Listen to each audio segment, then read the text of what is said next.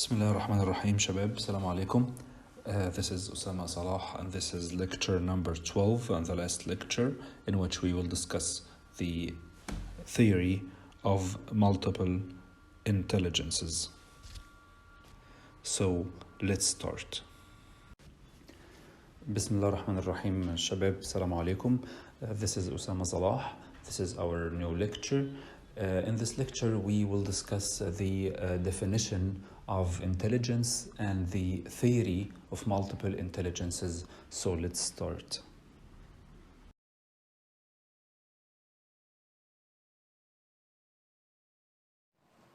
Intelligence is defined in a variety of ways, and due to intelligence's broad definition, many different schools of thought exist concerning human intelligence, each having developed different theories about what intelligence is and how intelligence is structured. The concept of intelligence encompasses the way many aspects of our mental processes happen, including our self-awareness, our level of understanding, our ability to think abstractly, our ability to learn new information, and our ability to interpret material that is presented to us. So, the definition of intelligence encompasses a variety of mental abilities. Intelligence involves problem solving, planning, memory, emotions, and it involves one's capacity for logic, understanding, self-awareness, learning, emotional knowledge, reasoning, planning, and creativity. It can be more generally described as the ability to perceive or to infer information and to retain it as a knowledge. By the way, intelligence is not merely a book learning or a narrow academic skill or a test-taking smarts. Rather, intelligence reflects a broader and deeper ability for comprehending things, for comprehending our surroundings, for catching on or making sense of things, or figuring out what to do in a specific situation. Popular among these theories that describe intelligence is the theory of multiple intelligences. Understanding multiple intelligences can broaden your understanding of how you learn, think, solve problems, communicate, reason, and remember. In 1983, a researcher and a professor at Harvard University named Howard Gardner proposed a new view of intelligence that has been widely embraced since its publication. In his book, Frames of Mind, Gardner put forward his theory of multiple intelligences, a theory that challenged the dominant definition of intelligence as limited to mathematical and linguistic abilities. Gardner theorized that rather than just these two intelligences, which are mathematical intelligence and linguistic intelligence, a group of 7 intelligences more accurately accounts for the variety of ways in which people acquire and utilize knowledge. Gardner's 7 intelligences are logical mathematical intelligence, linguistic intelligence, spatial intelligence, musical intelligence, bodily kinesthetic intelligence, interpersonal intelligence, and intrapersonal intelligence. Number 1. Logical mathematical intelligence. Logical mathematical intelligence is the ability to detect patterns, to reason deductively, and to think logically. Most often associated with scientific and mathematical thinking. People that may possess logical mathematical intelligence are those who show interest in puzzles, and those who read detective novels and watch crime movies, and those people who love to play strategic computer games, card games like solitaire and Sudoku, and those people who love to play chess. These games are mind games. So people that may possess logical mathematical intelligence would love to think rationally and deduct innovative ways to win these games.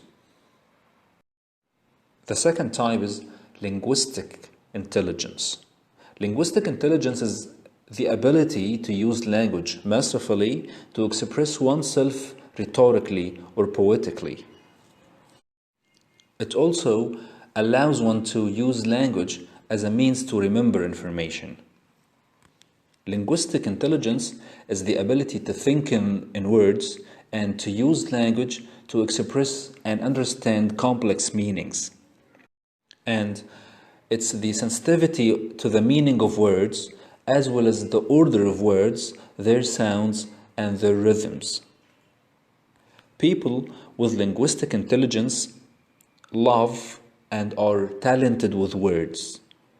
They enjoy reading, writing, and learning languages. They have an ability to teach and explain things to others. And I think the most talented people in this type of intelligence is the Arabs. A good example for the linguistic intelligence is Imam Ali, كرم الله وجهه. When one of the common people tried to insult him in public by telling him, you think yourself a faqih? You are not. You are nothing. أنت لست فقيه. أنت سفيه. So, Imam Ali asked him, أأنا سفيه? The man said, yes, you are. Then Imam Ali asked him, وأنت فقيه? The man said, yes, I am. Imam Ali said, إذن فمنزلة السفيه من الفقيه كمنزلة الفقيه من السفيه فهذا زاهد في قرب هذا وهذا فيه أزهد منه فيه. Imam Ali said that and left. And the man puzzled. What did Imam Ali say? And the time when he understood, Imam Ali was home. This is a linguistic intelligence. This is the ability to use language effectively. The third type is spatial intelligence. Spatial intelligence is the ability to manipulate and create mental images in order to solve problems, and not limited to visual sights. Gardner noted that blind children can possess spatial intelligence. So, spatial intelligence is the ability to think in pictures and to perceive the visual world accurately. It's the ability to be able to think in 3 dimensions and to transform one's perceptions and recreate aspects of one's visual experience through imagination. It's the ability to use mental images to observe or to create artistic designs or drawings or paintings. People with this type of intelligence can remember the places once visited and can remember the details of the space and the location. And they are quick in noticing and appreciating colors, different shapes and objects.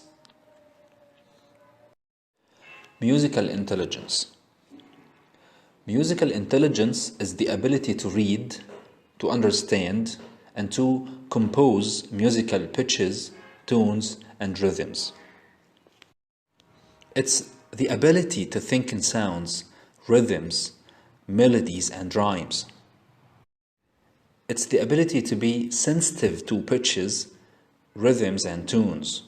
It's the ability to be able to recognize to create and to reproduce music and voices. People with such intelligence are able to recognize sounds, and they have a good ear for music, and they use rhythm and music as a way to memorize things. Bodily Kinesthetic Intelligence. Bodily Kinesthetic Intelligence is the ability to use one's mind to control one's bodily movement. This challenges the popular belief that mental and physical activities are unrelated. Bodily Kinesthetic Intelligence is the ability to think in movements and to use the body in a skilled and complicated way. And it's to have a sense of timing and coordination. This type of intelligence is the ability to move the whole body for physical activities such as balancing or sports, like those who can walk on the rope. People with such type of intelligence can use the body in expressive and rhythmic way, and they can use the hands with skill for detailed activities and small works. And they enjoy learning by handling things physically, experimenting with them, and working with them rather than simply having a theoretical lesson of the same thing.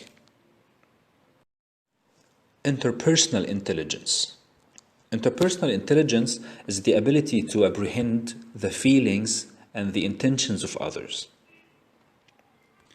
It's the ability to think about and understand another person. It's to have empathy and recognize distinctions among people, and to appreciate their perspectives with a sensitivity to their motivations, their moods, their intentions. This type of intelligence includes interacting effectively with others, maintaining good relationships with them, and taking a leadership role among people. Intra-Personal Intelligence. Intra-Personal Intelligence is the ability to understand one's own feelings and motivations. It's the ability to think about and understand oneself, to be aware of one's strengths and weaknesses, and to plan effectively to achieve personal goals. It's the ability to regulate one's feelings and one's mental activities and behavior. Gardner hypothesized that these 7 intelligences usually operate together and rarely operate independently. For example, a dancer can excel only if he or she has strong musical intelligence to understand the rhythm and variations of the music. And number 2, interpersonal intelligence to understand how he can inspire or emotionally move his audience. And number 3, a bodily kinesthetic intelligence to provide a physical coordination. Another example is the football player, who should have a bodily kinesthetic intelligence to move his body in coordination when playing, and spatial intelligence to be able to think of the playground in 3 dimensions to move the ball correctly and precisely. Another example is the poet. The poet should have linguistic intelligence to be able to use words rhetorically and poetically, a musical intelligence to understand the rhythm he is writing on, and intrapersonal intelligence to be able to understand the feelings and the motivations he is writing about. So that's why we say that different types of intelligences usually operate together and rarely operate independently. This is the end of our lecture, so bye for now.